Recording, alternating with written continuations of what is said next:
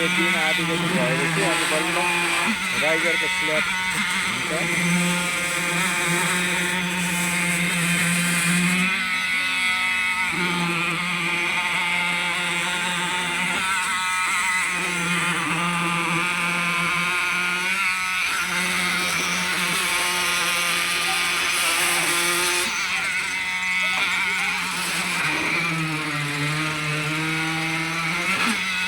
यदि मेरोमा सब्सक्राइब मिलेर भयो भने रातिको ढलान सबैलाई लाइभ गर्ने थियो।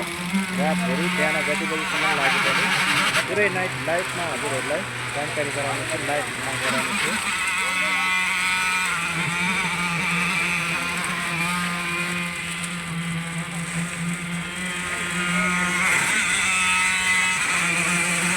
नेपाल च्यानललाई माया गरिदिनु होला। तपाईँलाई यो ग्राफिक्सको बारेमा पुरै अन्तिमसम्म नै पुरै जानकारी गराइरहने छु म। लाइक सब्सक्राइब पनि गरिदिनु होला। मलाई लाइभ बस्न मिल्ने बनाइदिनु।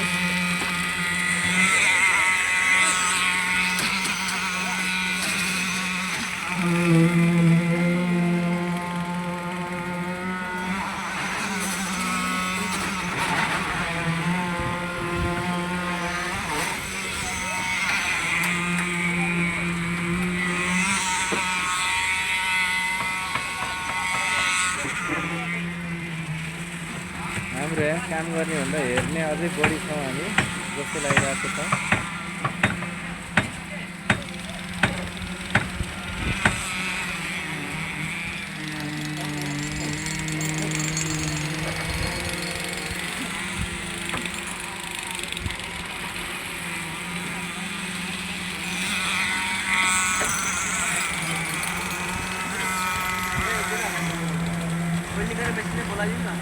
हजुर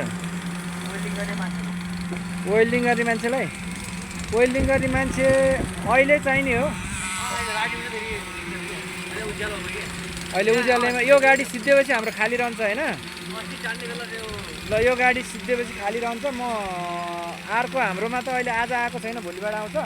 त्यहाँ अर्को एउटा भाइ छ। कसले वेल्डिङ मेसिन छ त हामीसँग। ल म त्यो भाइलाई वेल्डिङ मेसिन वेल्डिङ रड सब लिएर आएर गर्न लगाइदिन्छु। यो अझै केही नभने हाम्रो आधी घन्टा त ग्याप रहन्छ हो, त्यही बिचमा म गराइदिइहाल्छु। ल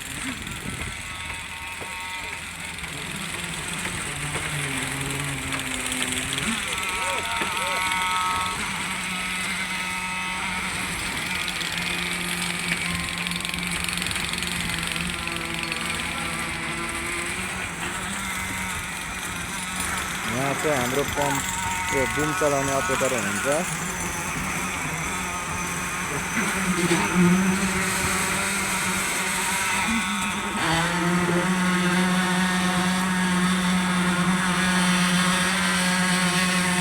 हामी अहिले पुरै दिन मात्रै भरिरहेका छौँ। हाम्रो 150 घनमिटरको ढलान हुँदैछ। आज भर्खर 21 घनमिटर गयो।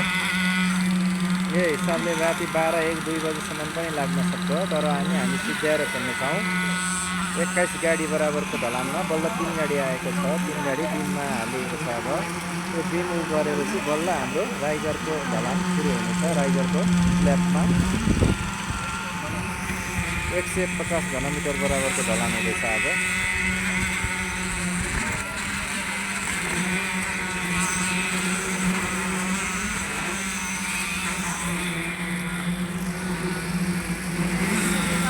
वहाँ चाहिँ हाम्रो क्लाइन्टको सर, वहाँ चाहिँ हाम्रो पिएम प्रोजेक्ट म्यानेजर, वहाँ चाहिँ टाउकामा चस्मा लगाउने चाहिँ हाम्रो कम्पनीको ओनर हुनुहुन्छ।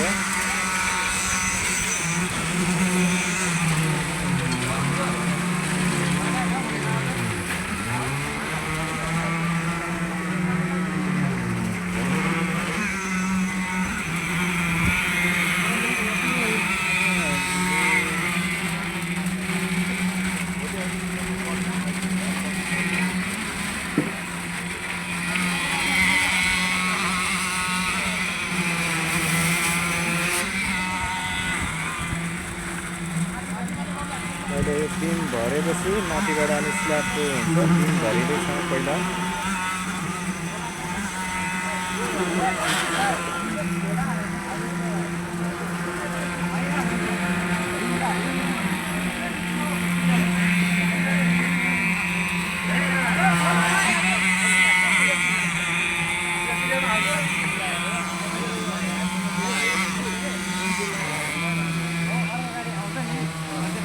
भाग्नु लागि